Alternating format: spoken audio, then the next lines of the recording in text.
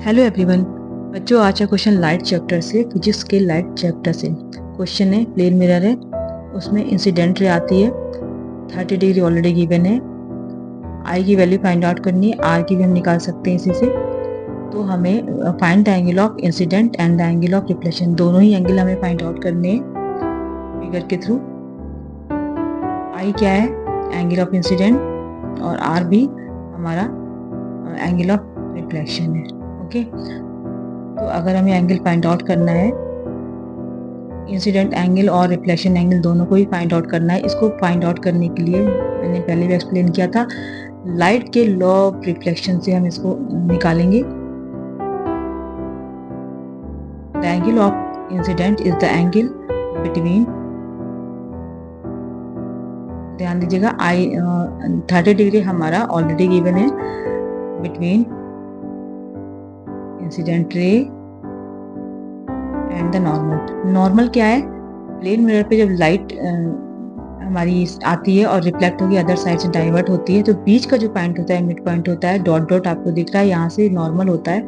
Normal से plane mirror की जो एंगल होती है वो 90 डिग्री होती है, तो वो हमारा 90 डिग्री है। 30 डिग्री ऑलरेडी गिवन है, इंसिडेंट रे ये आई और रिफ्लेक्ट होकर अदर साइड से डाइवर्ट हो गई। एरो के थ्रू हम इसे शो कर सकते हैं। डॉट डॉट लाइन हमारी नॉर्मल है, ठीक है। तो the angle of incident is the angle between incident ray and the normal. तो इसे कैसे निकालेंगे? देन एंगल ऑफ आई यानी angle of incident is equal to 90 degree minus 30 degree जो ऑलरेडी गिवन है हमारा, okay, is equal to 60 degree, यानी angle of incident is equal to 60 degree, यानी ये 60 डिग्री पे है।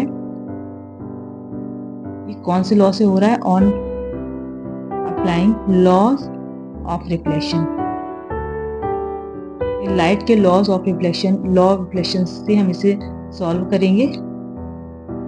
लॉ होता है कि angle of incident is equal to angle of reflection, यानी I is equal to R. दोनों ही एंगल सेम होते हैं।